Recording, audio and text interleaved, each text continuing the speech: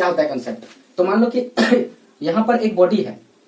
ठीक है, इसका मास है m, और यहाँ पर एक बॉडी है जिसका मास है कैपिटल M, राइट, ध्यान दो, और यहाँ लिख देते हैं m, कोई मास है, और इसके बीच का सेंटर का जो दूरी है ये m स्मॉल ले लिया और ये कैपिटल M ले लिया, और इसके सेंटर के बीच का डिस्टेंस को मैंने ले लिया यहाँ पर d, ओके, यहाँ d, ठीक है, ये ध्यान रखो। तो बोलता है ग्रेविटेशनल फोर्स का जो स्टेटमेंट है, ठीक है, यूनिवर्सल लॉ ऑफ ग्रेविटेशन जो है, तो पहला लॉ बोलता है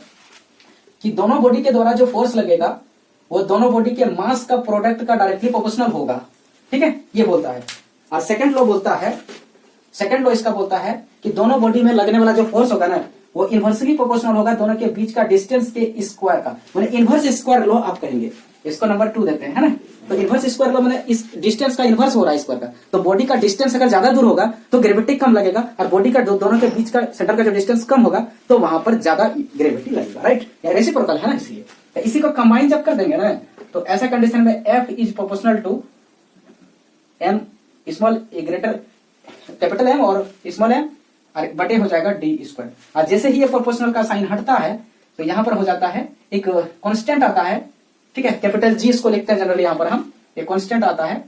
जिसको बोलते हैं हम लोग यूनिवर्सल ग्रेविटेशन कांस्टेंट, ओके, और यहाँ पर बटे में हो जाता है d। याद रखिए यहाँ पर G क्या है, यूनिवर्सल ग्रेविटेशनल कांस्टेंट है, यूनिवर्सल ग्रेविटेशनल कांस्टेंट है, ठीक है, याद रखो। और इसका वैल्यू कभी कभी पूछ देता है तो इसका वैल्यू होता है 6.67 इंटू 10 टू द पावर, इसको थोड़ा क्लीन कर देते हैं। तो इसका वैल्यू अगर कभी जी का पूछ देगा ना, इसका वैल्यू होता है 6.67 into 10 to the power minus 11 और न्यूटन मीटर स्क्वायर पर केजी स्क्वायर, राइट। तो ये देखो इसका वैल्यू भी कभी कभी शॉर्ट क्वेश्चन में पूछ लिया जाता है, और साथ साथ में इसका देखो ऐसा यूनिट भी याद रखिएगा, न्यूटन मीटर स्क्वायर पर केजी स्क्वायर, है ना, ये लिखे न्यूटन मीटर, यहाँ लिखे न्यूटन मीटर स्क्वायर पर केजी स्क्वायर में पावर -2, या फिर ऐसे भी लिख सकते हैं आप, ऐसे करके, है ना, ये ध्यान रखोगे,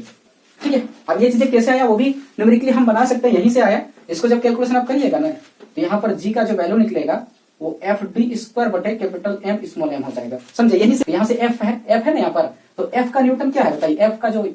यूनिट होता है न्यूटन होता है, और डी स्क्वायर मैंने लेंथ है ना, तो लेंथ का क्या होता है मीटर स्क्वायर, और बटे ये एम है ये भी एम है, ये भी केजी ये भी केजी, तो 2 केजी तो केजी स्क्वायर हुआ क्या नहीं,